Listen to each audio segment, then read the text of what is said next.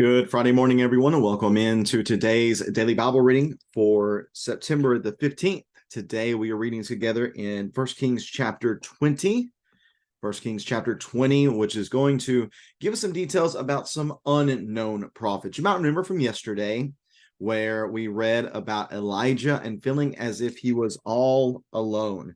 He says on two occasions, he says, I have been very zealous for Yahweh, God of armies, but the Israelites have abandoned your covenant, tore down your altars, and killed your prophets with the sword. I alone am left, and they are looking for me to take my life. He says that twice in verses 10 and also in verse 14. However, we see at the end, towards the end in verse number 18, where Yahweh says, but I will leave 7,000 in Israel, every knee that has not bowed to Baal, and every mouth that has not kissed him. So he lets Elijah know, Elijah, you're not alone. There are others who serve me as well. And chapter 20 is going to focus, I believe. It's going to unpack some stories about those who served Yahweh alongside Elijah. Not that Elijah knew these individuals, but they were seemingly contemporaries with one another. Yet we're going to see that there are no names for these prophets. They are just referred to either as prophets or men of God. But we have a few stories here in chapter 20. So let me get the text up on the screen for us. We'll read along together here. 1 Kings chapter 20 and verse number 1. 1 Kings 20, verse number 1. Now King Ben-Hadad of Aram assembled his entire army. 32 kings, along with horses and chariots, were with him. He marched up, besieged Samaria, and fought against it. He sent messengers into the city to King Ahab of Israel and said to him, this is what Ben-Hadad says, your silver and your gold are mine, and your best wives and children are mine as well. Then the king of Israel answered, just as you say, my lord the king, I am yours, along with all that I have. The messengers then returned and said, this is what Ben-Hadad says, I have sent messengers to you saying, you are to give me your silver, your gold, your wives, and your children. But at this time tomorrow, I will send my servants to you, and they will search your palace and your servants' houses. They will lay their hands on and take whatever is precious to you. Then the king of Israel called for the elders of the land and said, recognize that this one is only looking for trouble, for he demanded my wives, my children, my silver, and my gold, and I didn't turn him down.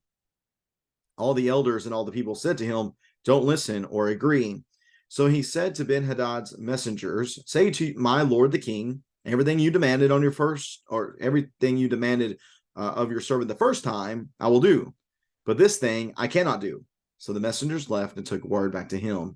Then Ben-Hadad sent messengers to him and said, may the gods punish me, and do so severely, if Samaria's dust amounts to a handful for each of the people who follow me.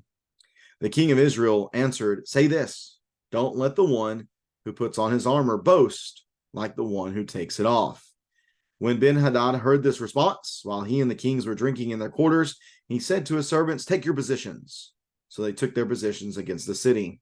A prophet, again, an unnamed prophet, approached King Ahab of Israel and said, this is what Yahweh says. Do you see this whole huge army? Watch, I am handing it over to you today so that you may know that I am Yahweh. Ahab asked, by whom? And the prophet said, this is what Yahweh says, by the young men of the provincial leaders. Then he asked, who is to start the battle? And he said, you. So Ahab mobilized the young men of the provincial leaders, and there were 232. After them, he mobilized all of Israel's troops, 7,000. They marched out at noon while Ben-Hadad and the 32 kings who were helping him were getting drunk in their quarters. The young men of the provincial leaders marched out first. Then Ben-Hadad sent out scouts, and they reported to him saying, men are marching out of Samaria. So he said, if they have marched out in peace, take them alive. And if they have marched out for battle, take them alive. The young men of the provincial leaders and the army behind them marched out from the city, and each one struck down his opponents. So the Arameans fled, and Israel pursued them. But King Ben-Hadad of Aram escaped on a horse with the cavalry. Then the king of Israel marched out and attacked the cavalry and the chariots. He inflicted a severe slaughter on Aram. The prophet approached the king of Israel and said to him, "Go and strengthen yourself. Then consider carefully what you should do. For in the spring, the king of Aram will attack you." Now the king of Aram's servant said to him, "Their gods are gods of the hill country. That's why they were stronger than we were. Instead, we should fight them on the plain. Then we will certainly be stronger than they are. Also do this, remove each king from his position and appoint captains in their place. Raise another army for yourself like the army you lost, horse for horse, chariot for chariot, and let's fight with them on the plain, and we will certainly be stronger than they are." The king listened to them and did it. In the spring, Ben-Hadad mobilized the Arameans and went up to Aphek to fight or to battle Israel. The Israelites mobilized, gathered supplies, and went to fight them. The Israelites camped in front of them like two little flocks of goats, while the Arameans filled the landscape. Then the man of God approached and said to the king of Israel, "This is what Yahweh says, because the Arameans have said, 'Yahweh is a God of the mountains and not a God of the valleys.' I will hand over all this huge army to you. Then you will know that I am Yahweh." They camped opposite each other for 7 days, and on the seventh day the battle took place, and the Israelites struck down the Arameans, 100,000 foot soldiers in one day. The ones who fled into the city of Aphek, and the ones who remained fled into the city of Aphek, and the wall fell on those 27,000 men remaining. Ben-Hadad also fled and went to the inner city, or the inner room in the city, His servant said to him, "Consider this. We have heard that the kings of the house of Israel are merciful kings. So let's put sackcloth around our waists and ropes around our heads, and let's go out to the king of Israel. Perhaps he will spare your life." So they dressed with sackcloth around their waist and ropes around their heads, went to the king of Israel and said, "Your servant Ben-Hadad says, please spare my life." So he said, Ahab said, "Is he still alive? He is my brother." Now the men were looking for a sign of hope, and they quickly picked up on this and responded, "Yes, it is your brother Ben-Hadad." Then he said, "Go and bring him." So Ben-Hadad came out to him, and Ahab had him come up into the chariot. Then Ben-Hadad said to him, "I restore to you the cities that my father took from your father, and you may set up marketplaces for yourself in Damascus, like my father set up in Samaria." Ahab responded, "On the basis of this treaty, I release you." So he made a treaty with him and released him. One of the sons of the prophet said to his fellow prophet by the word of Yahweh, "Strike me." But the man refused to strike him. He told him, "Because you did not listen to Yahweh, mark my words. When you leave me, a lion will kill you." When he left him, a lion attacked and killed him. The prophet found another man and said to him, "Strike me." So the man struck him, inflicting a wound. Then the prophet went and waited for the king on the road. He disguised himself with a bandage over his eyes. And as the king was passing by, he cried out to the king and said, "Your servant marched out into the middle of battle." Suddenly, a man turned aside and brought someone to me and said, "Guard this man. If he is ever missing, it will be your life in place of his life, or you will weigh out 75 pounds of silver." But while your servant was busy here and there, he disappeared. The king of Israel said to him, "Well, that will be your sentence. You yourself decided it." He quickly removed the bandage from his eyes, and the king of Israel recognized he was one of the prophets. The prophet said to him, "This is what Yahweh says. Because you released from your hand the man I had set apart for destruction, it will be your life in place of his life, and your people in place of his people." The king of Israel left for home, resentful and angry, and he entered Samaria. And that is the reading of 1 Kings chapter 20. Again, I think this text is letting the reader know that, Elijah was wrong. Elijah was not all by himself. There were other people who were faithful to Yahweh within the land as well. There were other prophets, in fact, who were faithful to Yahweh within the land. And we see some stories concerning them here in chapter 20. The text centers around a battle, a conflict that is taking place between Ben-Hadad of Aram and his army and those kings who are seemingly subject to him. They go up to battle against Samaria, and what Aram does is he just sends messengers to King Ahab and says, "Hey, you're going to give me your stuff. And Ahab, well, he has no spine. He's a weak man. Uh, Possibly as well, we think they've been under a drought for 3 years, and very well might be that they have been very much weakened by this drought, so that they don't feel as if they can stand up against this attack from the king of Aram, Ben Hadad. So he just says, okay, fine, go ahead. I am yours along with all that I have. Well, that's the first time. Well, then the second time, messengers come again, and he says that they're going to come into your houses, and whatever's precious to you, they're going to take. I don't know what's different really from the first instance to the second instance, but in this instance, Ahab's like, I don't know about this. I want to talk with the elders. And the elders tell him, no, you do not need to give in to him. Don't listen to him.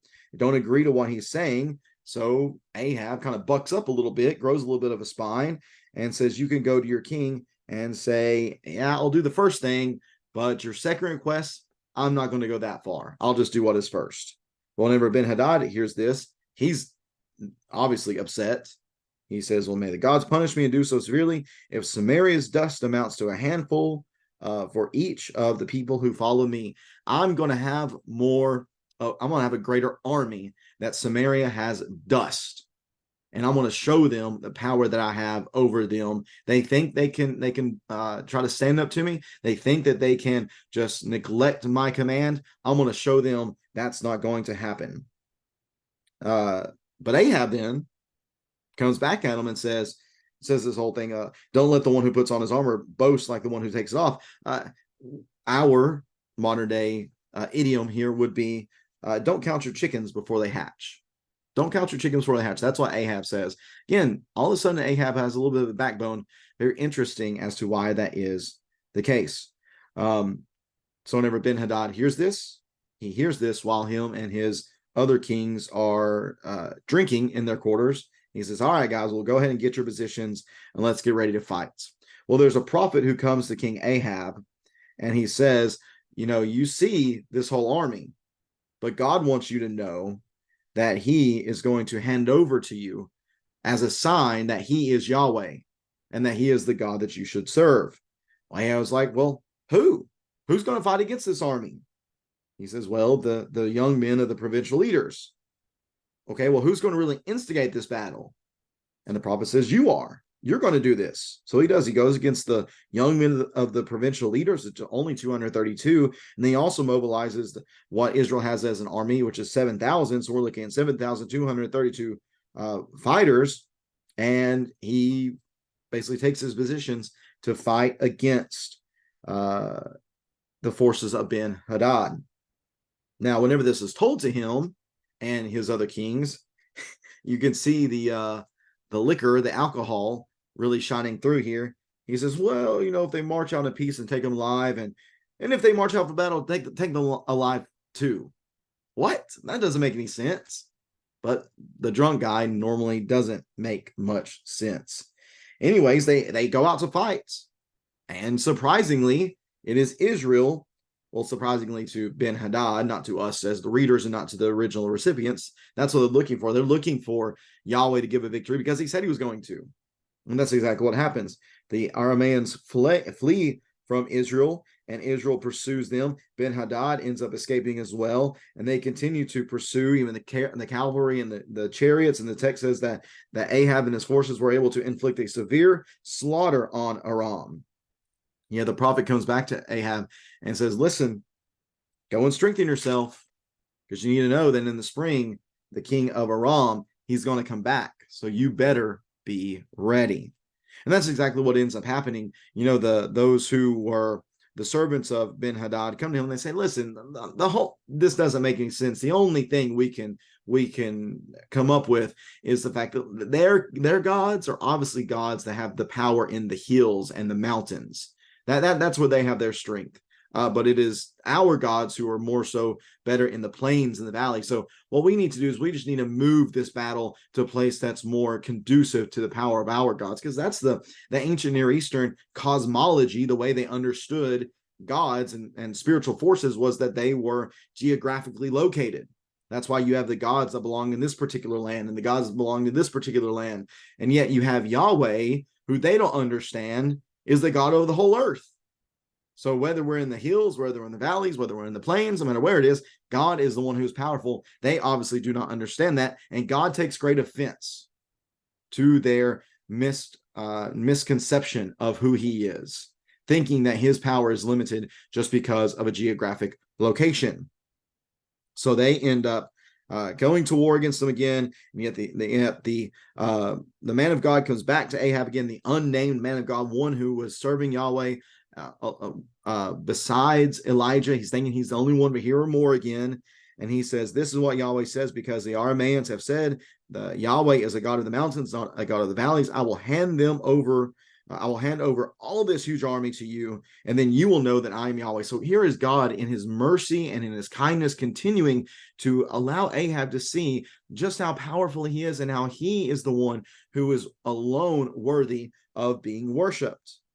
So they camp along each other for a week's time, and then they finally fight at the end of the week. And you know what? The Israelites once again prevail. They strike down a number of soldiers, not just in the battlefield, but also in Aphek. Whenever the wall falls down, a number of soldiers are killed.